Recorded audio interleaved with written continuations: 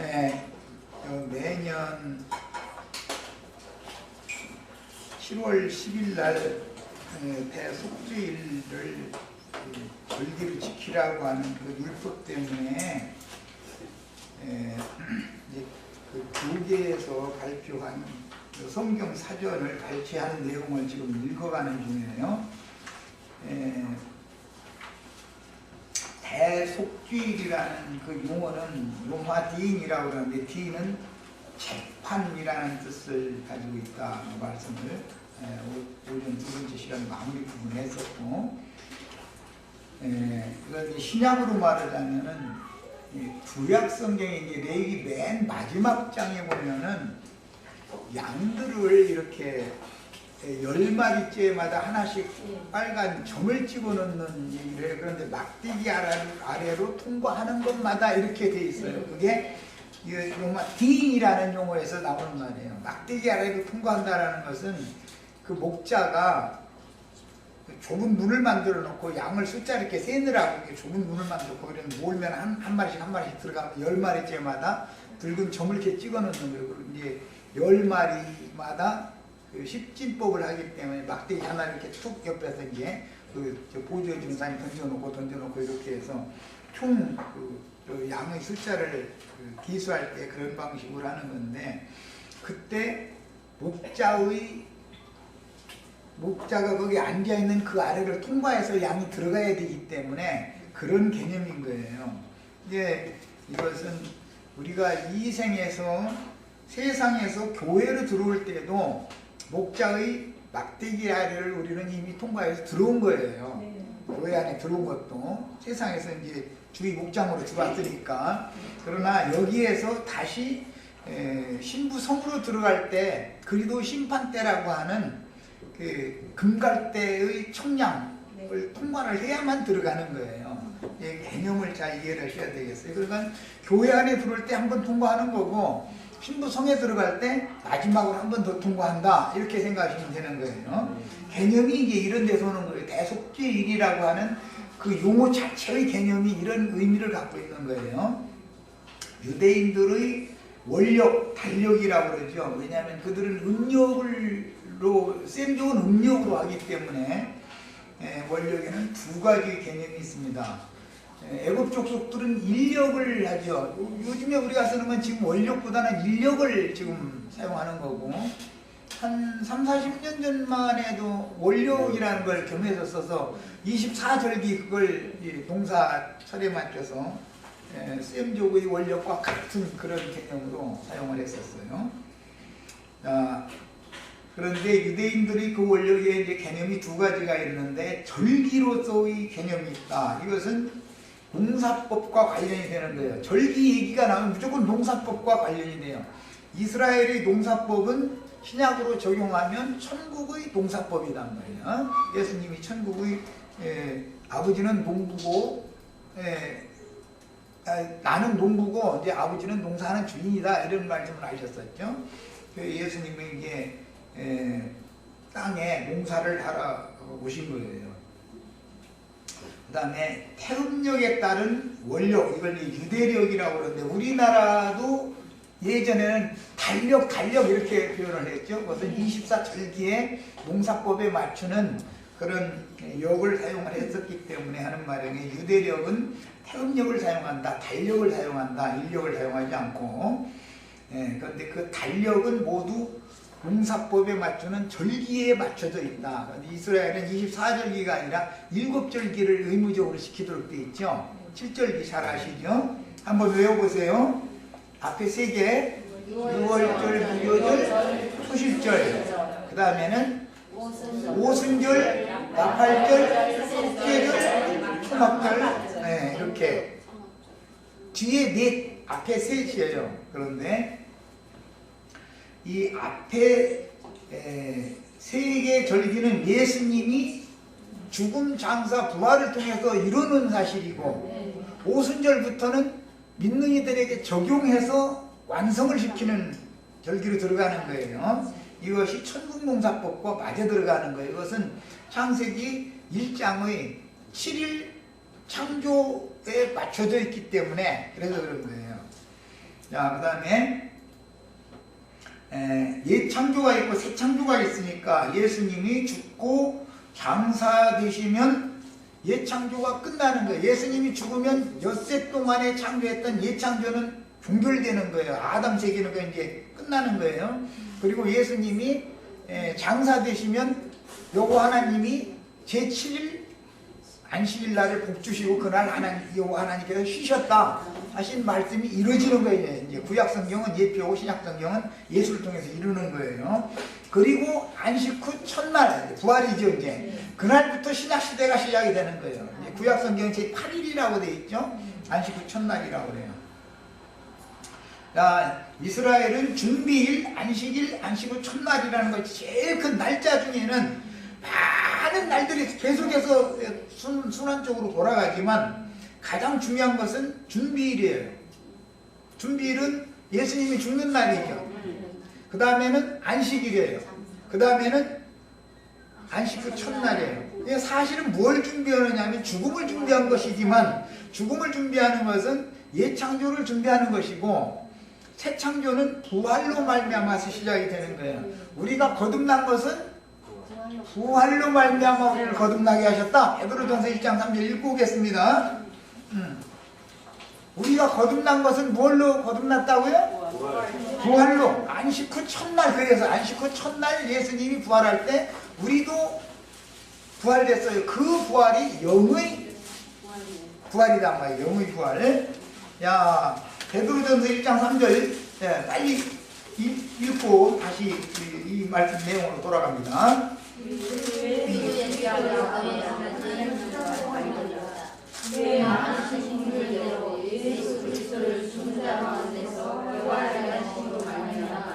우리를 거듭나게 하사 사는 소망이 되게 하시며 예수님의 부활로 말미암아 우리를 거듭나게 하셨죠. 네.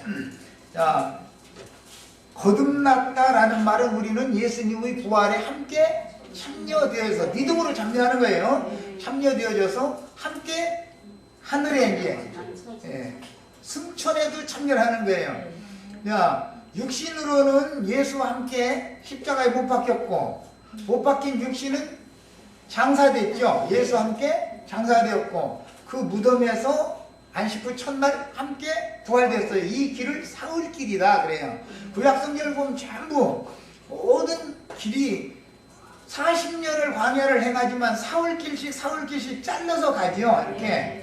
네, 그것은 첫째 준비일, 죽는 날이에요. 그 다음에는 안식일, 그 다음에는 안식 후 첫날이에요. 이것을 사흘길이다 그래요. 우리가 이 사흘길을 먼저 가신 예수님이 영이 되셔서 살려주는 영으로 우리 속에 오셔가지고 우리를 입고 다시 사흘길을 반복해서 또 가는 거예요. 그럼 우리가 예수님이 완전한 데까지 간 것은 하나님의 영광에 올라간 거죠. 여기까지 우리도 같이 가게 되면 완전한 안식이 이루어진단 말이에요. 이제. 그래서 안식일이라든지 절기라든지 이런 것들은 장래에 이루어질 좋은 것들에 대한 그림자다 그런 거예요. 지금 내가 설명한 말을 이 시간 이제 마무리를 하고 쭉 설명한 한 5분 동안은 말을 잘 마음에 담아두셔야 돼. 이건 기본적으로 이런 지식이 있어야 돼. 그래야 아는 것이 있어야 뭐 믿든지 말든지. 아무것도 아는 것도 없는데 믿습니다 그러면 뭘 믿느냐고 물어보면 그냥 믿으라 그래서 믿는다고. 그거는 말도 안 되는 소리죠. 아는 것이 믿는 것이 되는 것이죠.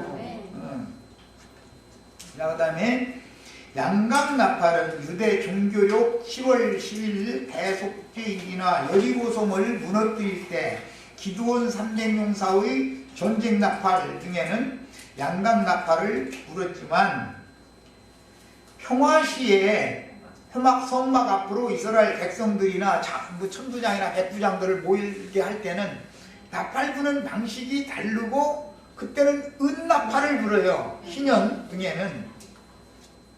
야, 전쟁 나팔을 불 때는 양강 나팔을 불어요. 그런데 평화시의 나팔을 불 때는 은 나팔을 불어요. 그 신년 나팔, 은 나팔 중에서는 신년 날이 되면은 반드시 나팔을 불지요. 그런데 그 레위기 25장 신년 율법 말씀을 실제 실현을 하는 신약 누가복음에 보면 예수님이 이 세상에 오셔서 은혜의 해를 전파하셨다 이렇게 돼 있죠. 그 은혜의 해가 희년이란 말이에요. 희년. 구약성경의 희년 나팔을 불러 예수님이 오신 거예요. 첫 번째 나팔은 누가 분다? 예수님이 부는 거예요. 항상. 예. 언제든지 시작은 누가 하는 거예요? 예수님이 하시는 거예요. 자, 첫째 나팔, 둘째 나팔, 셋째 나팔까지는 예수님이 일방적으로 하시는 것이고, 넷째 나팔에서 일곱째 나팔까지는 성령께서 하시는 거예요. 계시록에 이제 일곱 나팔 부는 얘기 나오죠. 예. 나팔을 분다는 것은 전도의 나팔을 부는 것을 말하는 것인데, 그것은 시작 나팔이라는 것은 언제나 희년 나팔부터 시작한다 이거예요.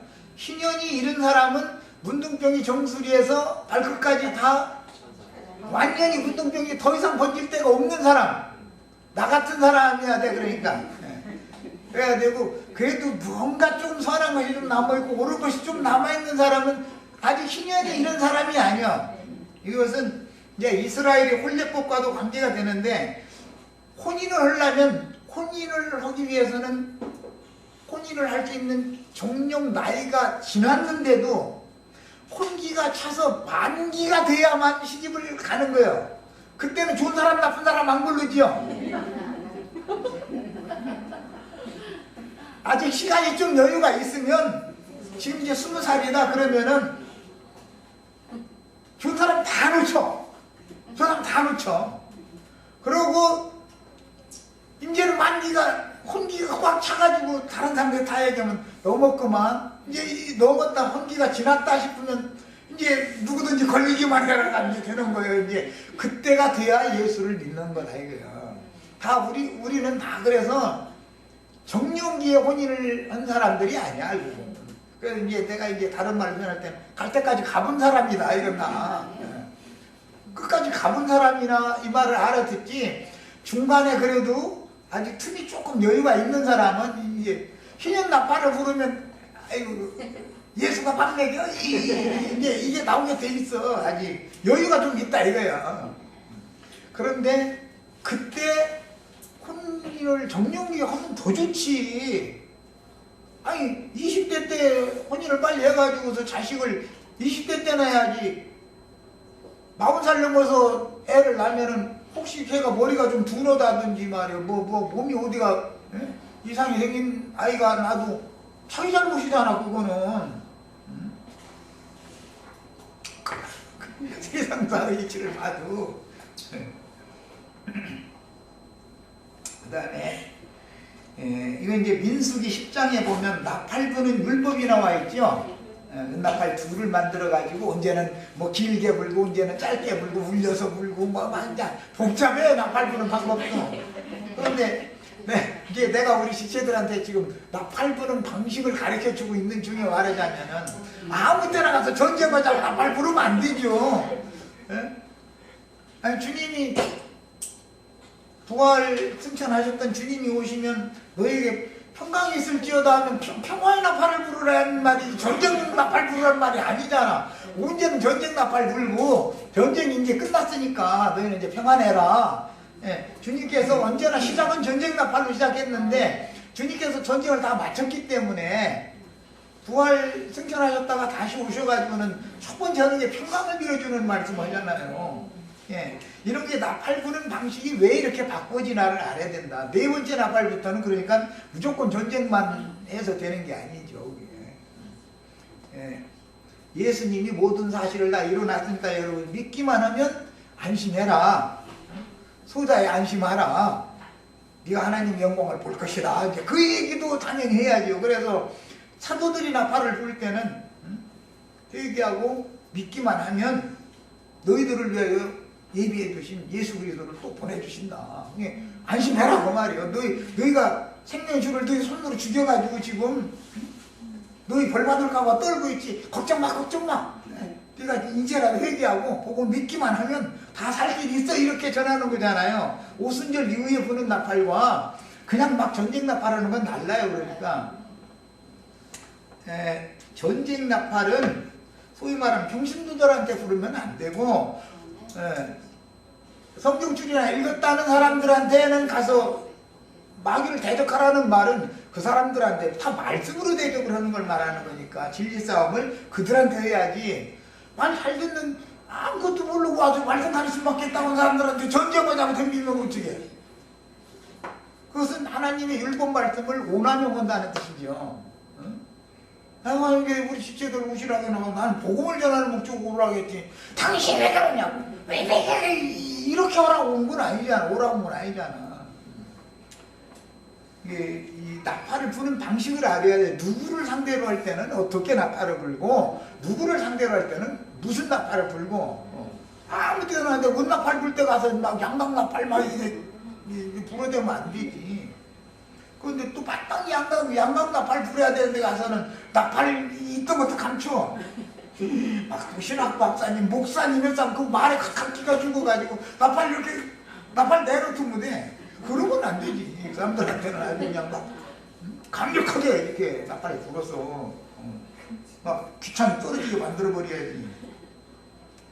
이게 이제 민수기 10장에 나오는 율법에 이거는, 자, 6월절은 니산월 14일, 유대력으로는 태양력으로 4월달인데, 양의 피를 문인방 설주에 바른 집에서는 죽음의 천사가 지나가고, 이게 이제 히브리어로는 아디볼이라고 그러죠. 그 6월절 있는 그 달보고, 죽음의 천사가 지나가서 심판을 건너갔기에, 이건 이제 그 죽음의 천사가 하나님의 막대기죠. 막대기 아래를 이미 통과한 사람이죠. 우리는 6월절 이제 먹고 이제 애굽에서 떠난 사람들은 그 집에 차자가 아닌 장자가 죽음에서 건짐을 받습니다. 보면 이스라엘의 장자, 바로의 장자 얘기가 출애굽기에 보면 계속 나오죠. 여호와의 장자가 있고 바로의 장자가 있어요. 예, 성경이라는 건 히브리인들은 특히 이 장자권을 굉장히 중요하게 여겨요. 그래가지고 딸을 먼저 낳고 나서 그 다음에 아들을 낳으면 딸이 그 권위가 어마어마한 거야. 만약에 동생의 남편은 누나한테 그냥 덤볐다 가는 거 큰일 나는 거예요. 그 장녀니까. 그 집안에 어른이잖아. 말하면 아버지, 어머니 다음에는 사실은 아버지, 어머니 있어도 저 뒷전으로 와서 저 올게 이러지 마봐 하면은 불안한 거예요. 그게. 시아버지보다 더 불행이는 시누이거든. 그만큼 그 장녀나 그 맏아들이나 이런 사람들은 권위가 있어요. 이 셈족의 이게 문화예요. 우리나라도 그런 셈족이기 때문에 그런 문화가 같이 우리나라도 있잖아요, 지금. 그 다음에 이스라엘 사람들은 이처럼 장자의 권리를 굉장히 중요하게 여기는데, 이것은 공동체적인 사고 안에서 개인들의 삶을 하나님께 비춰볼 때 한 지붕 안에서 누가 범죄했다면 그 공동체가 단체적으로 하나님께 대속을 받아야 된다고 생각을 하며, 가족이나 공동체의 명예를 개인의 목숨 못지않게 생각하는 것이 셈족 히브리인들의 머리 사상이다. 이거 머리. 그래서 누가 머리냐라는 걸 이렇게 중요하게 보는 거예요. 우두머리가 누구냐 이거예요. 그 가문에서 또는 그 회사에서 그 나라에서 머리가 누구냐 이걸 이렇게 중요하게 보는 게 셈족의 문화죠. 그 다음에 한 사람 아담은 옛사람 모두가 다 아담의 머리 아래 다 들어가죠. 예. 신약교회는 다 예수 그리스도의 머리 아래 다 들어가는 거예요. 믿는 성도들은 이렇게 머리 사상이 강력해요. 이게 셈족의 문화예요. 한 사람 아담은 불순종을 대표하며 한 사람 예수님은 순종을 대표하는 우두머리인데, 구약 성경에서 순종의 본은 아브라함과 다윗이었다. 여기 이라는 단어가 들어가는 게 과예요. 아브라함과 다윗이었어요. 아브라함은 잘 아는 것처럼 그 독자를 줬는데 독자를 갖다가 제사로 제물로 드려라 그러니까 순종으로 사울길을 모리아 땅으로 모리아산으로 가서 거기서 바쳤다는 거잖아요. 이제 순종의 표본이 아브라함이었고, 다윗은 밧세바를 범했을 때 하나님의 사람 나단이 와서 지적을 딱 해줬죠. 그러니까 그냥 탁 불어버리고 내가 하나님 앞에 범죄했다고 이제 그걸 고백을 하게 되죠. 자기 객과를. 그래서 이제 이스라엘 사람들은 그 아브라함의 그 믿음과 다윗의 믿음을 아주 이게 굉장히 중요하게 여기는 거예요. 이게 그런 개념 때문에 마태복음 신약성경 보면 아브라함과 다윗의 자손 이렇게 예수님을 표현할 때 대표자잖아요. 아브라함, 다윗이 그렇게 생각을 하고 있었어요. 그것은 모두 순종의 본이라는 것을 염두에 두는 말인 거예요. 그 다음에 신약성경에서 그런 개념 때문에 하늘에 기록된 장자들의 총회 모임인 교회 12서 12장 22절로 24절에 나오는 말인데, 이스라엘의 신앙 공동체에서 전체는 이스라엘 총회 12지파 전체가 이스라엘의 총회지만 최소 단위는 각 지파다 그래요. 지파. 개인은 무시당하는 거예요. 이스라엘 나라에서는 개인을 중요하게 보는 게 아니에요. 이 성경만을 알아야 돼. 그래서 이제 이런 개념을 모르면 내가 막 뭐가 되고 내가 막 뭐 어떻게 되고 자꾸 이것은 그냥 종교인을 만드는 거예요. 그게 맹신자가 되기가 쉽죠. 그리고 독선적인 사람이 되기 쉽고, 이제 나는 그런 걸 이해를 시키기 위해서 혼자 믿으면 1등, 5이 믿으면 5등, 100명이 믿으면 100등 100개 안 가는 건 소용없는 믿음이다. 그거는 혼자 믿으면 다 1등이다. 지 믿음 제일 준 줄 알고 있고, 하나님의 관점에서 봐야 된다. 그런데 하나님의 관점에서는 최소 단위가 지파다. 딸 만난 사람이 있었죠. 슬로보아시라는 사람이 있었어요. 네. 슬로보아스의 딸들은 다른 지파로 시집을 갈 수 없죠. 지파의 기업을 지파별로, 약속을 지파별로 받기 때문에, 기업이라는 건 이제 가나안 땅을 받는 게 기업인데 그들은 율법이니까 약속의 기업을 받을 때 각 지파별로 받기 때문에 개인이라는 것은 거기에서는 가치가 없는 거예요. 어느 지파에 몇 명 이렇게 계수해가지고 어느 지파는 어디 지역을 가져라 이렇게 해버린단 말이에요. 기업을 줄 때. 우리도 약속을 기업으로 받을 때, 그래서 이제 이게 굉장히 중요한 거야. 하나님의 교회라는 건 우주적으로 하나밖에 없지만 각 성마다 교회들을 세우게 하시기 때문에 어떤 성에 있는 교회에 내가 포함되어 있지 않으면 주님의 몸된 우주적인 하나의 교회에 내가 있다고 하는 것은 거짓부렁이다 이거예요. 자기 혼자 잘남체 하는 것은, 이것은 그거는 교회 이스라엘의 총회와는 아무 상관이, 기업과는 상관이 없는 사람이다 이거예요. 이런 개념을 잘 아셔야 돼요. 그래서 이제 유명한 것이 사사기 그 말밑 부분에 보면은 레위 사람의 첩이 이제 어떤 비류들한테 밤새도록 시달림 당하다 죽은 사건 나오죠. 그래가지고 자기 첩의 몸을 토막살인 해가지고서 토막 내가지고 각 지파별로 보냈죠.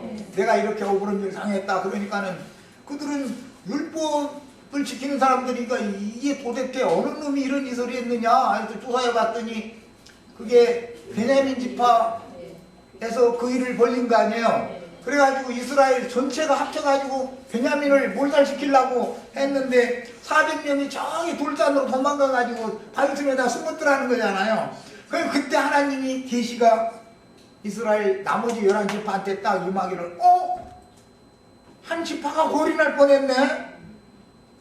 개인이 다 죽는 것은 그게 크게 문제가 되지 않아요. 지파가 없어지면 안 된단 말이에요.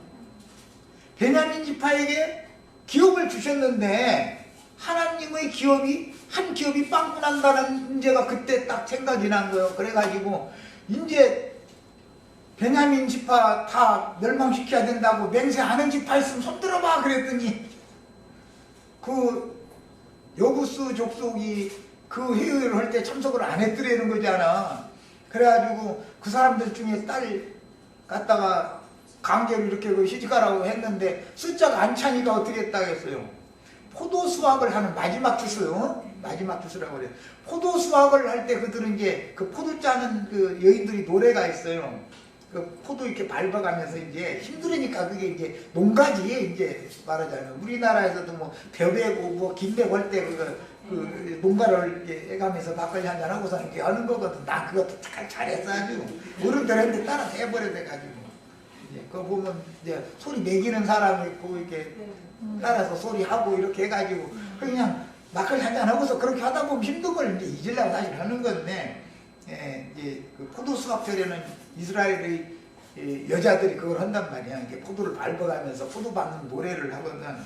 그런데 그때 장가 못 간 사람은 여기 이렇게 다 내려와야 돼. 저기 포도 틀에다 삥 눌러서 많이 드는 여자 올라 이렇게 해가지고서 그 400명을 다 장가를 되어보내가지고 베냐민 지파가 골이 날라다가 회복된 지파잖아요. 그게 바울 지파잖아. 바울 지파가 그게. 예. 그런 그 이스라엘 역사 보면 참 재밌어요. 그래서 이처럼 이스라엘은 지파를 중히 여긴다. 개인을 중히 여기는 게 아니야. 이스라엘 총회를 중히 여기지만 총회를 이루려면 12지파가 완전하게 그 수가 딱 차야 되는 거예요. 각 지파별로. 이것이 계시록 7장에까지 계속 이 지파 얘기가 계속 나오는 거예요. 이게 유다서나 히브리서나 베드로서나 이런 그 세 개의 서신서들이라는 것은 자기 동족들에게 보내는 거잖아요. 흩어진 이스라엘 12지파에게 문안하노라, 뭐 12지파에게 편지하노라 그렇게 돼 있잖아요. 그래서 이스라엘 사람들은 개인보다도 뭘 중요하게 여긴다? 지파를 중요하게 여겨요. 그럼 지파를 중요하게 여기면 지파 중에 어른이 있겠죠. 그 사람이 원로라고 그래가지고 구약시대는 원로라고 그랬지만 장로라고 그랬죠. 했는데 신약시대에 와서는 공의회 의원이 자동적으로 되는 거예요. 장로들이. 그래서 대제사장들과 장로 유리들이 예수님 데려다가 재판하고다 그러잖아요. 그게 공의회잖아요. 그러니까 이스라엘의 역사를 대충 알고 계셔야 되겠어요. 이처럼 이스라엘은 장자권을 중요하게 여긴다. 그런데 그 장자라는 것은 자기의 지파 또는 자기의 가문을 대표하는 사람이다 이거야.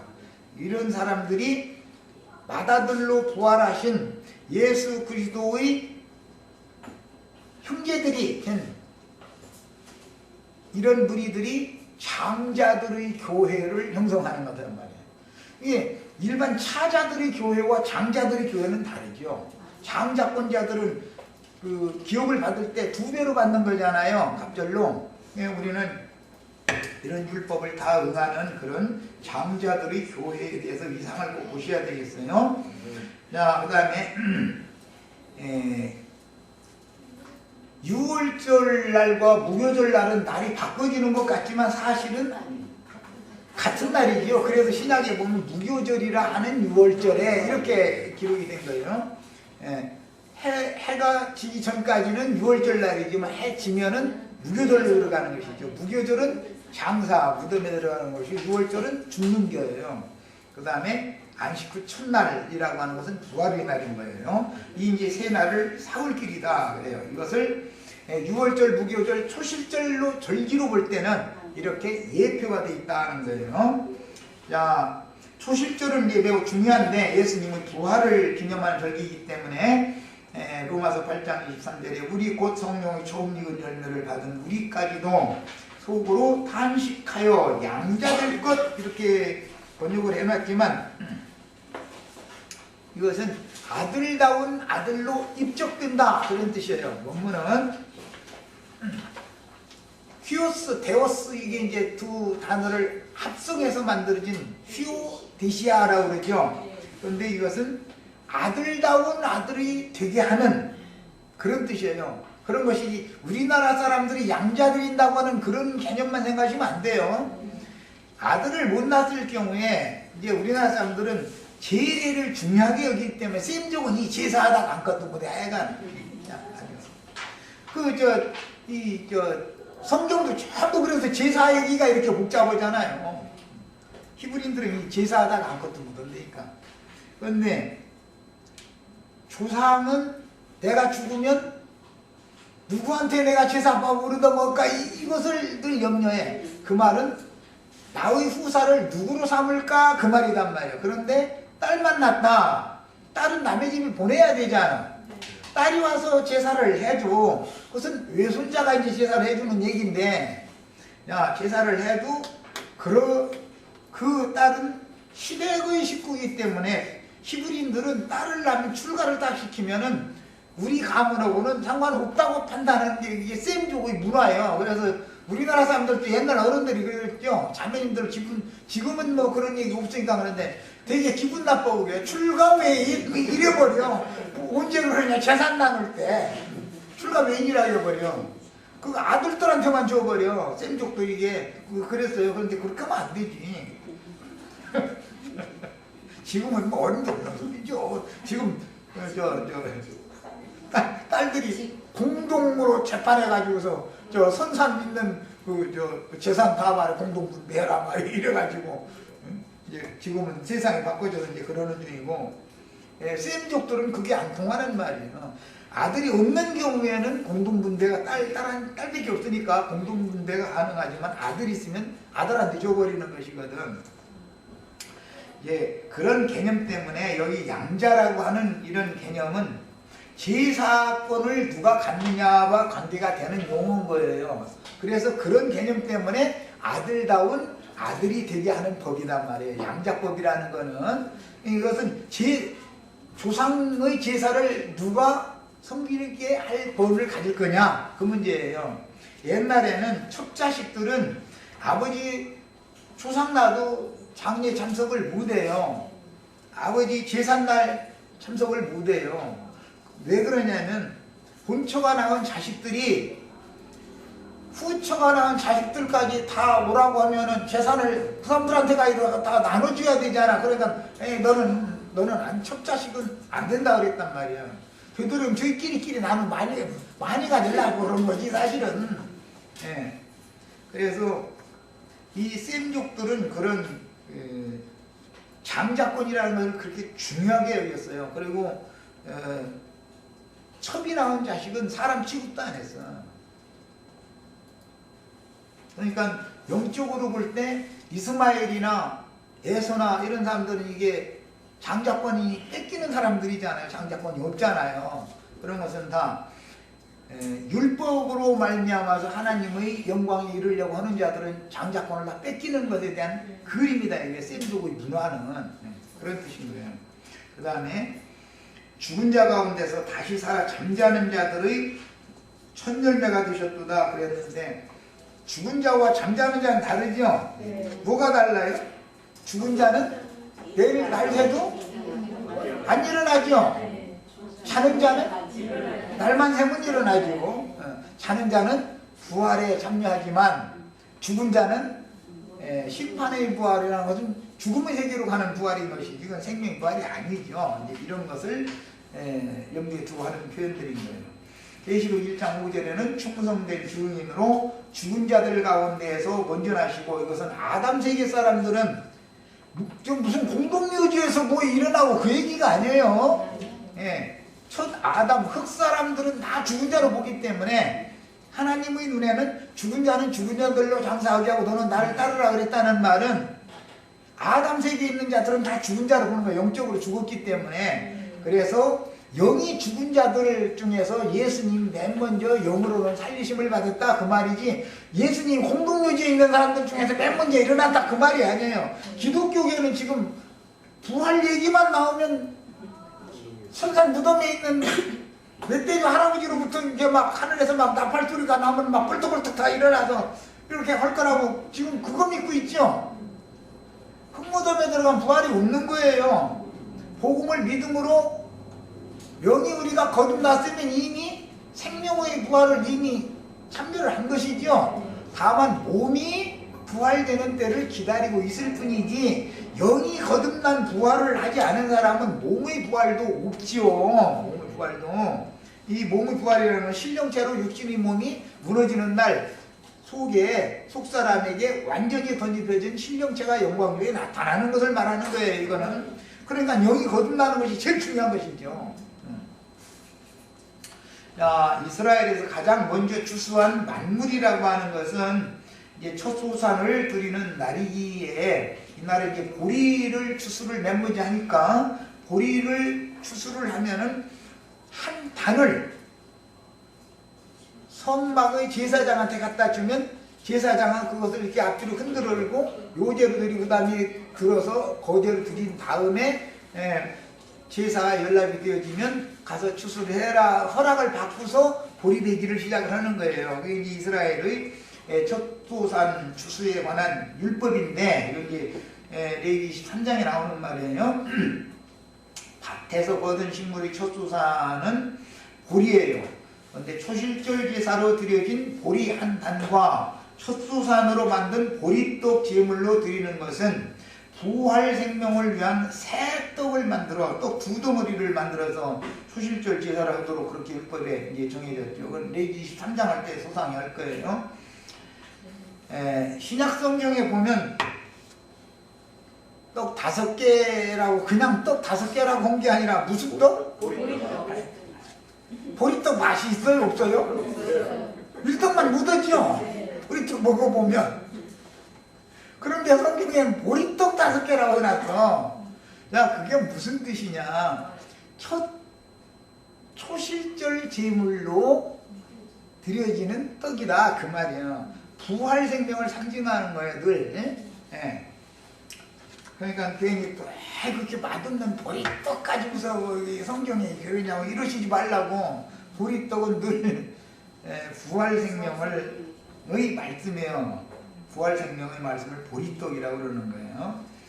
그 다음에 보리떡을 제물로 드리는 것은 부활 생명을 위한 새 떡을 만들어 제사하는 곡식의 처음 익은 가루로 만든 떡으로서 고린도전서에 보면 처음 익은 곡식 가루가 거룩한 줄 너희도 거룩해라. 그 떡 덩어리 가루가 거룩하면 떡 덩어리도 다 거룩해야 되지 않냐 이렇게 표현이 됐어요. 그게 초실절의 부활 영으로 육체는 죽임당하시고 영으로 살리심을 받은 예수님이 구운 가루가 됐고 이 가루를 가지고 교회에서 말씀을 가르치면 이제 보리떡을 지금 이제 나눠주는 것이죠. 이게 다 상징이지. 예수님이 그 어린아이 보리떡 5개를 축사한 다음에 제자들에게 먼저 주고 제자들이 가서 이렇게 나눠줬다는 거잖아요. 그 다음에 밀은 이제 다음 추수예요. 밀은 보리 추수 후에 20일에서 30일 후에 추수하게 되므로 약속의 땅에 농사한 첫 수확물은 보리였으며 제사장이 새벽에 밭에서 첫 보리를 베어다가 보리가루로 빵 2덩어리를 만들어 하나님께 먼저 드렸으니 이런 율법은 훗날 구속을 이룬 후 부활하신 예수님이 제자들과 함께 한 단으로 드려질 것을 암시하는 첫 수확에 대한 추수감사제다. 이스라엘이 추수감사절기를 굉장히 중요하게 여기죠. 율법교회에서는 가을철 추수만 하면 추수감사해야 된다고 난리죠. 미국에서는 호박 이만한 거 갖다가 예배당 호박 싸놓고서는 그렇죠. 추수감사해야 된다. 근데 우리나라는 호박 가지고 가고 뭐 싫다 그러죠, 목사님이. 봉투로 내놔, 봉투로 이러지. 그러니까 추수감사를 하는 게 아니야, 사실은 알고 보면은. 추수감사는 내 자신이 맏아들로 부활의 처음 익은 열매가 되신 맏아들로 부활하신 그분 안에 나도 함께 하나님의 장자권자로서 나의 영이 거듭난 거에 대해서 감사를 한다라는 말인 것이 돈봉투 갖다 목사님 이거 탁자에다 갖다 올려놓는 그런 걸 말하는 게 아니에요. 호박 싸놓는 것도 아니고 물론 호박 싸놓는다고 무슨 미국 사람들은 그 미국 땅 개척해가지고 인디안들 쫓아내고서는 농사 지었는데 호박이 아마 농사 잘 됐던가 보지. 그러니까 아마 그걸로 추수감사 한다고 그래가지고 그날은 저 타조고기, 7년조 고기 먹는 날이구만 아주 고기구나. 자, 이때로부터 이스라엘 전체가 각자 첫소산의 곡식을 개인적인 초실절 제사를 드리고 자기 소산에 먼저 단체적으로 성전에 한 단을 먼저 가서 제사를 한 다음에 각자 자기 밭추수, 보리추수도 그렇게 한다 이거예요. 하나님이 먼저 모든 걸 시식을 해야 된다 이거예요. 말하자면 그런 뜻이에요. 그리고 그 첫 제사를 추수감사 제사를 한 다음에 49일 동안 초실절 제사까지 49일 동안을 제사를 하는데 이것을 칠칠절 제사다 그래요. 초실절로부터 시작해서 50일째 되는 날까지 예수님의 부활로부터 시작해서 50일째 되면 성령 강림이 오죠. 그것을 상징하는 절기였었던 거예요. 49일 동안 즉 칠칠절기 기간은 개인 초실절의 기간으로서 첫 조상 단체적인 것은 예수님이 부활의 섭리군 열매고 12사도들이 한 단위죠. 맹모져 드려진. 그 다음부터는 이제 사도들이나 전도를 하면 우리 개인 농사가 되는 거잖아요. 지금 이렇게 이제 적용이 된다 이거예요.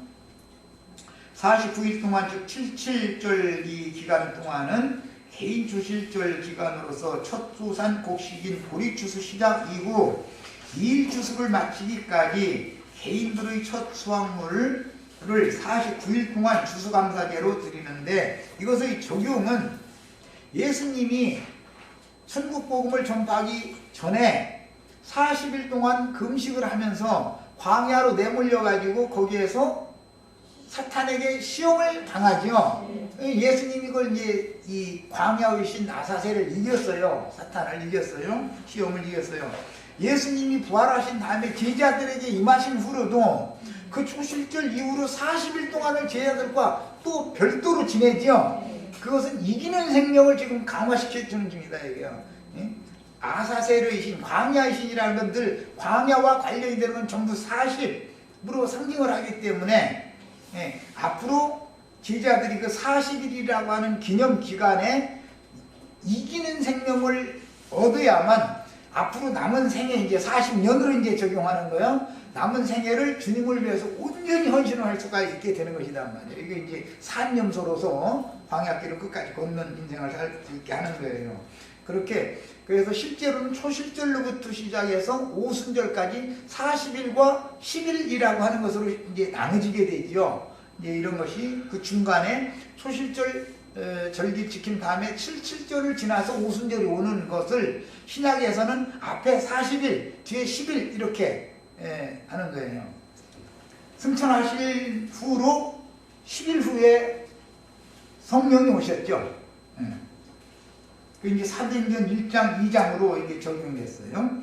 개인적으로 바구니에 담은 첫 수산을 성막에 가져오면 바구니 밑에 제사장이 손을 받치고 이 바구니에다가 이 첫 수산물을 고운 가루 이렇게 담아가지고 오면은 바구니 밑에다가 이렇게 손을 받쳐 들어가면서 이제 제사로 드려야 되니까 축복을 한다 이런 말이에요. 기도를 한다 그런 말이에요. 상하 동서남북 하나님께 요제로 흔들어서 감사를 드렸는데 하나님의 은혜로 풍성한 결실을 얻게 된 것을 감사제로 드리는 이 감사 제사를 실행한 이스라엘의 신앙생활은 전도자들이 나가서 전도를 해서 얻은 영혼들을 하나님이 받으심직한 제물로 드리는 것에 대한 상징이다 그런 말이에요. 이게 전도를 하는 건 예수 그리스도에 대해서 전파를 해가지고 그걸 믿은 사람들을 교회로 데리고 오는 거잖아요. 이것에 대한 상징인 거예요. 그래야 사람들을 얻어야 교회 생활을 시작할 거 아니에요. 자, 이게 7절 오순절이 될 때까지 7절을 좀 소개를 한 거고, 오순절 이후에 이제 매우 뜨거운 날씨로 추수, 마지막 추수 때가 되면 막 햇빛이 뜨거워지죠. 우리나라도 지금 이제 그렇죠. 하늘이 밝아지니까. 바뀌면서 이제는 과일이 익어간다. 초실절 추수가 끝나고 나면은 밀추수를 하는데 그건 두 번째 추수인 거예요. 일반적인 모든 추수, 전도를 해 사람을 얻는 거예요. 먼저 초실절 한 단으로는 예수님이 제자들, 12제자들을 얻어서 하나님께 제물로 드렸던 것이고, 그들이 나가서 전도를 해서 이제 우리들을 얻은 것이죠. 이것은 밀추수죠, 적용이. 그런데 이렇게 추수를 두 단계로 했을지라도 최후의 추수는 열매 추수를 함으로 마치는 거다. 계시록의 마지막 추수라는 건 과실 추수를 하는 것으로 마치는 거예요. 그래서 이 기간 동안에는 모든 과실들을 모두 거두어드리는 감사절기이며 다음해 농사를 준비하는 간구의 기도를 드리는 절기인데 다음 해에도 때를 따라 적당한 비를 골고루 내려주시기를 간구하는 기도를 드립니다. 이스라엘은 그 당시 애굽과 달리 애굽은 그 관계시설을 아주 오래전부터 해가지고 바로 시대부터 그 있었으니까 해서 농사를 지었죠. 애굽의 그 나일강은 늘 이게 넘쳤기 때문에 물이 흔했기 때문에. 그러나 팔레스타인 땅은 비가 오면은 넘치지만 비가 그쳐버리면 물이 없는 거예요. 거기는 물이 귀한 거예요. 그래서 대부분의 땅이라는 건 천수답이라고 그래요. 천수답이 뭔 소리인지 아세요?